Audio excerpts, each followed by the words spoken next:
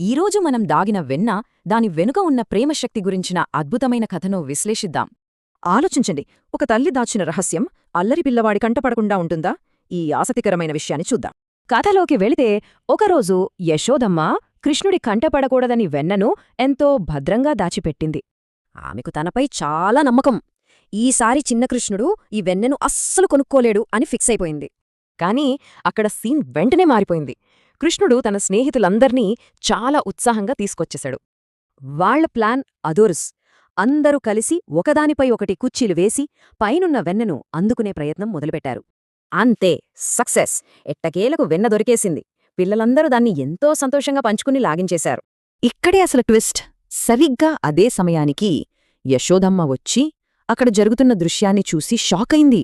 వెంటనే కోపంతో, కృష్ణా, మళ్ళీ వెన్న తిన్నావా అని చాలా కఠినంగా గట్టిగా నిలదీసింది.